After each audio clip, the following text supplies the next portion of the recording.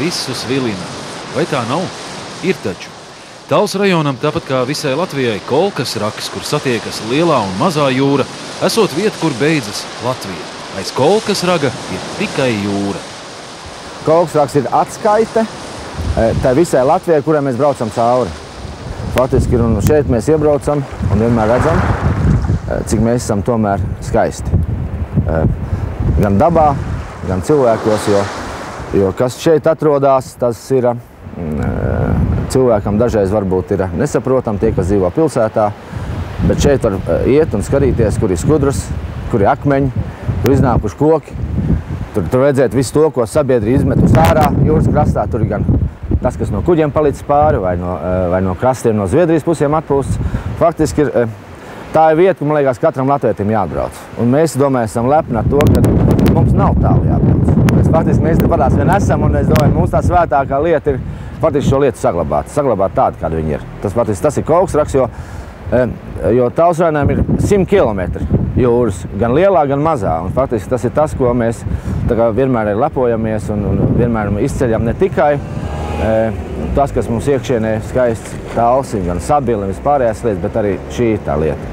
Un mēs esam lepni. Un lai gan tai pašā laikā būsim atklāti, faktiski ir ļoti grūti, jo visādi likumi, normas, dažādi cilvēki, protams, bet jauki, kad ir labāki cilvēki vairāk nekā sliktāki. Tas jauki.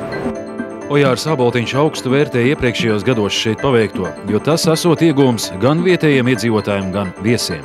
Es atceros šo laukumu, kur mēs stāvam, tas ir 2000 gadā nosvaltēts, un es atceros, tā bija cilvēki atbraukši no Daugavpils, bija liela autobusu, un tad faktiski autobusu nogrima.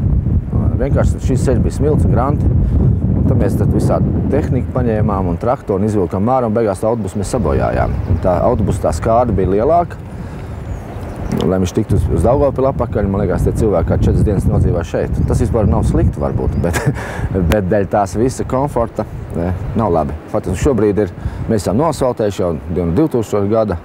Var teikt, tas, kas ir noticis pēdējos 3 gados, lai gan dažādi šīs runas ir par šo Kolkas ragu, bet varu pateikt to, ka faktiski sabiedrība tikai vinējusi. Tikai vinējusi, viņš attīstās ļoti pārdomāti, absolūti neskarot dabu. Jā, un es domāju, ja kurš cilvēks, kas atnāk, viņš tomēr gribās civilizēt justies, viņš grib tam iedzert kafiju, paņemt tualeti, viņš grib, piemēram, savus tos atkritumus, ko viņš par ceļam ēdis un darījis, ir kaut ko nolikt, un tas vairs nav jāliek mežā, tas vairs nav jāsviež jūrā. Šeit tā vieta, šeit visu lietu civilizēti, viss sakārtots, un ne daba cieši, un cilvēks vinēs. Tas pateicoties uzņēmīgajiem cilvēkiem, kur te saimnieko. Protams, ir noteikti jau uzņēmīgi cilvēki, ir tā viena lieta. Nākamais viņam jābūt noteikti patriotiem, tiem, kas jūt, kur viņš atrodas, kur viņš dzimis, kur viņš audzis, kur viņš dzīvo.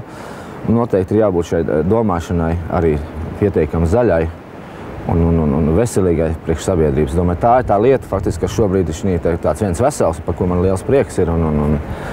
Es visos iespējamos veidos arī mēģinām palīdzēt šobrīd tomēr, lai būtu šī attīstība mazliet uz priekšu un vairāk vērst uz cilvēku un tā pašā laikā kopā ar dabu. Tas ir ļoti svarīga lieta šobrīd. Es domāju, visā pasaulē svarīgi, un mēs šobrīd esam uz tā pareizā viļņa. Es tā domāju, ka gan Slītais Nacionālais parks blakām ir gan pašvaldība, gan uzņēmēji šobrīd ļoti jauka simbioze. Es domāju, ka nekas labāks šobrīd, kā tagad te notiek, es domāju, pagaidām es neredzu citu alternatīvu.